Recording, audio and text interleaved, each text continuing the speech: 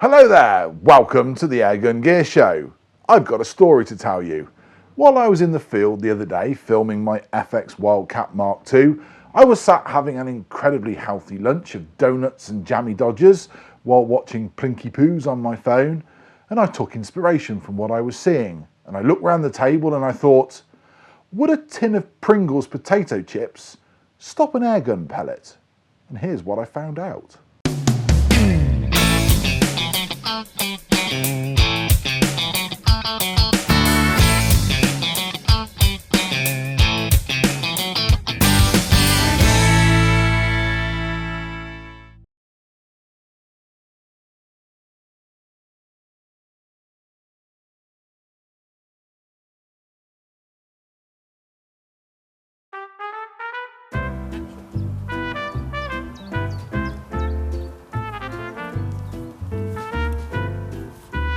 Got a spare one of those for me?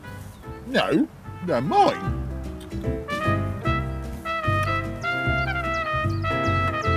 What? She doesn't need any more donuts.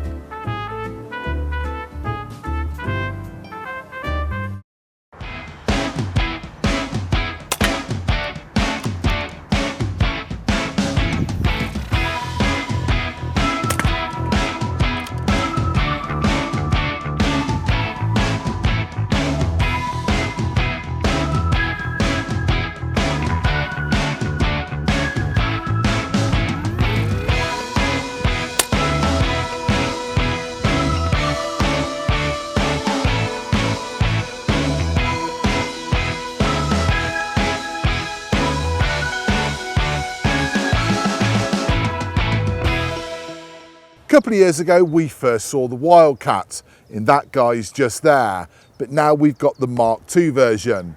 Things that stand out straight away are that it's about 10 centimeters shorter at the front, but that does make the gun bark, so you're going to need to fit a silencer on the front if you're doing some pest control.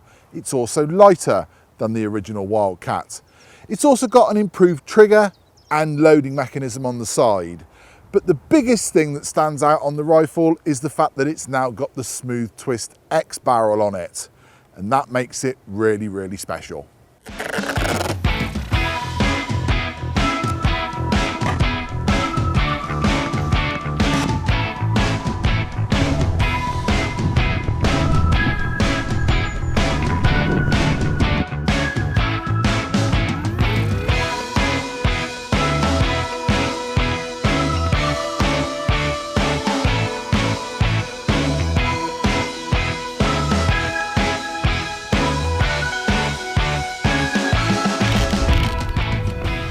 Full of happiness.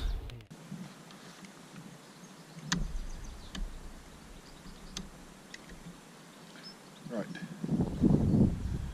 here we go everyone.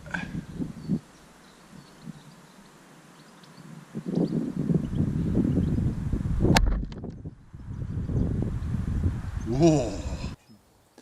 Got a lovely 2.2 pellet size hole. Let's take them out. Unstrap and see what we've got, because I didn't hear or see anything go down range, which is quite amazing really. Those ones in there, they're intact. Let's see if we can spot a pellet, because I reckon it stopped probably about there. Look at that. So I think that's confirmed. A tin of Pringles, or potato chips if you're in America, will stop a sub 12 foot-pound airgun pellet. Now I'm not going to lie to you, this is our second attempt at doing this to make sure it does work, and we got the same result each time. It's around 17 centimeters. That's where the pellet stops. Well, that's science. There are those of you out there that would say, what's that stupid fat man doing, shooting at a tin of potato chips with a pellet gun? Well, actually, out of it, right at the end, you get some scientific results.